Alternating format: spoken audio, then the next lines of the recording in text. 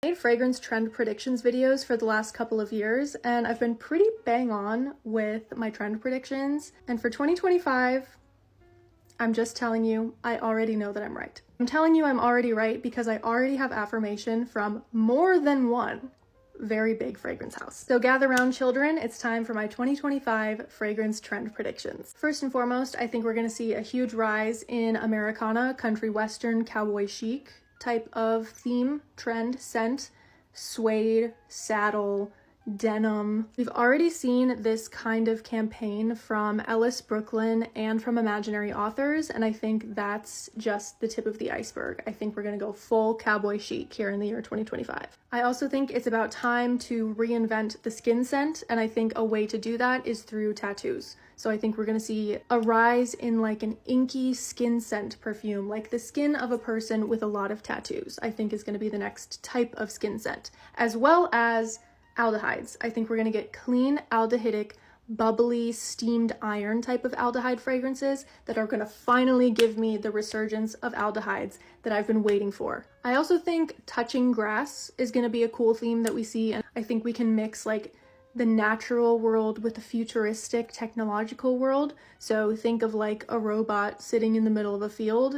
That's like a smell of like grass and hot metal. I just think we're gonna see touching grass become a theme. I also think we're gonna see a lot more use of mushroom as sort of a replacement for patchouli. And I've talked about this already in a couple of different articles, but I think people are so polarized about patchouli. If they even see it on a notes list, they're not gonna try it. And with mushroom, you get that same sort of dank, earthy quality, but without the bite of patchouli. So I think mushroom is just going to weasel its way in. So many people are doing low or no buys for 2025. So many people are doing Project Pan. We're tired of overconsumption. We don't want any more unnecessary products. We're going to start seeing fragrance pushed as necessity. And that's going to be through, I think, the idea of functional fragrance. So a hair perfume, a solid perfume, a perfume that doubles as a body oil. Do you know what I mean? Like a 2-in-1 situation where you feel like you're getting more bang for your buck instead of just buying another perfume. And that sort of ties into this other idea that I have, which is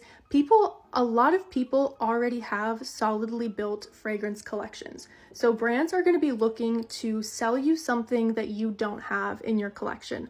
Whether that's a travel size, a hand wash, a body wash, a perfume oil version of your favorite perfume, they're going to expand the collections of a lot of different fragrances into self-care, skincare. And again, this sort of just like builds on my prediction last year of fragrance becoming a self-care ritual. So we already saw the expansion of like Rare Beauty going into fragrance. They released body mists and body lotions, hand creams. I think we're going to see a lot more brands hop on that trend and serve functional fragrance as a necessity, as a ritual, as something you need in your self-care routine. Jumping back to sort of more like note predictions, I think we're also going to see a rise in the use of olive and the use of salt.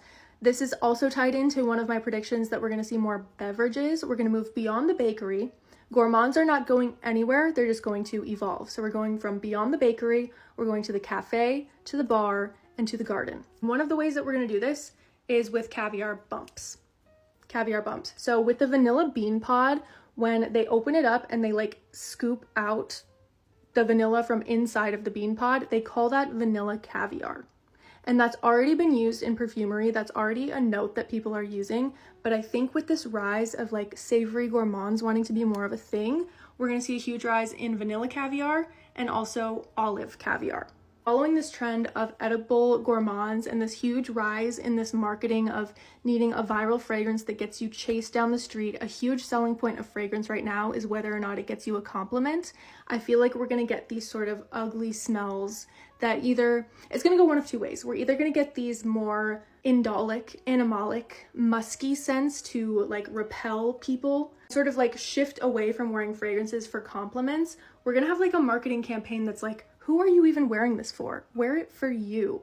And this is also going to be in response to this rise of desire for finding your own individual style. Again, we're going on like the no buy, the underconsumption, figuring out who you are as an individual. They're going to start saying, Who are you wearing this for? Wear it for you. Like it because you like it. Because I think people are getting tired of this same perfume advert being pushed to them over and over and over again. It's just a person sitting in their car. They're like, oh my God, this perfume just got me chased into the coffee shop, the Pilates studio, the hair salon, and it's this thing and you can buy it here. You know, you've seen the videos, you know what I'm talking about. I also think gatekeeping is gonna become cool again, but it's gonna become cool via like custom scents and layering combinations. Like we're gonna see like perfume influencers, perfume creators become known for, instead of just having like a couple signature scents or being known by their collection, they're gonna be known by their layering routine, by the whole combo. Like we saw with Leah from Love Island, her entire shower care routine went massively viral and everyone started doing it. I think we're gonna see more and more of those entirely built fragrance routines go massively viral because people are, again, looking to smell unique and different. Also, watch for these words when describing a note: roasted and toasted. We're gonna see roasted nuts, toasted nuts. I predicted this a little bit last year too, but I think we're also gonna see like roasted teas, roasted coffee beans, things like that. The milk to butter pipeline. We're gonna see butter.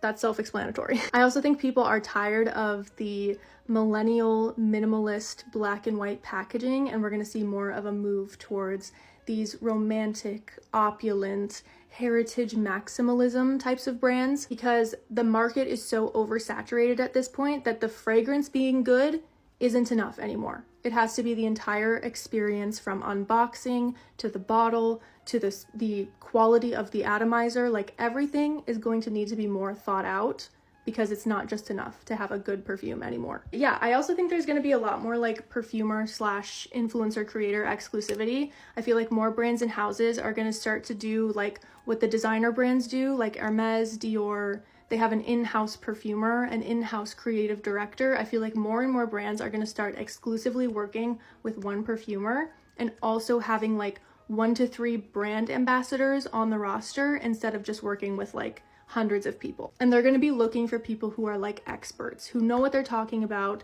and know how to talk about fragrance and are very entertaining and fun to watch and have loyal followings. I also think like kind of in here, we're going to see a lot more brands like partner with perfume TikTok or perfume creators just in general, again, to launch like collaborative scents or collaborative collections. Then coming back here to Beyond the Bakery, beyond the sweet, sugary, baked good, marshmallowy candy gourmands, I think we're going to move to more complex and interesting gourmands that are going to go to the garden, like think tomato, basil, rosemary, thyme, the cafe. We've already seen a couple of like cafe inspired fragrances, not just a coffee, it's the experience of the entire cafe. And then the bar. I think we're gonna see martinis, mixed drinks, Aperols, espresso martini. You know, we're gonna see these scents make their way into being the inspirations for perfumes. And I think that pretty much covers everything. So I'll check back here throughout the year and let you know how my predictions are going.